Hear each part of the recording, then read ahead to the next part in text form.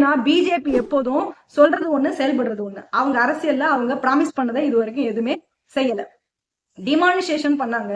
இந்த டிமானிசேஷன் மூலமா நாங்க இந்த மக்களுக்கு இவ்வளவு பொருளாதார வளர்ச்சி அடைஞ்சிருக்கு, நல்லது நடந்திருக்கு, இல்ல கெட்டது நடந்திருக்கு, இல்ல நாங்க இதெல்லாம் தவறு பண்ணிட்டோம் அப்படின்னு இது எதையுமே இன்னைக்கு வரைக்கும் பேசாம அமைதியா இருக்கு பிஜேபி. ஒட்டுமொத்தமா மகாத்மா காந்தி பேரை வச்சுக்கோ, வைக்கலனாலும் சரி, எங்களுக்கு அதை பத்தி கவலை கிடையாது.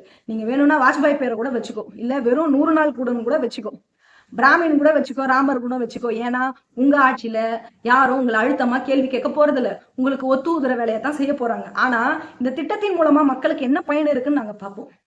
அதனால உங்களுக்கு காந்தி வெறுப்பா இருந்தா இருந்துட்டு போட்டோம், அதை பத்தி நாங்க கேட்க மாட்டோம். காங்கிரஸ்காரங்க கேட்டுப்பாங்க. எங்களுக்கு தேவை என்னன்னா இதை இன்னும் கூலி உயர்வு பண்ணணும். 100 நாளா இருக்கிறது 200 நாளா ஆக்கணும். கூலியை 500 ரூபாயா நிர்ணயம் பண்ணணும். அதுதான் இந்த மக்களுக்கு பயன்படும்.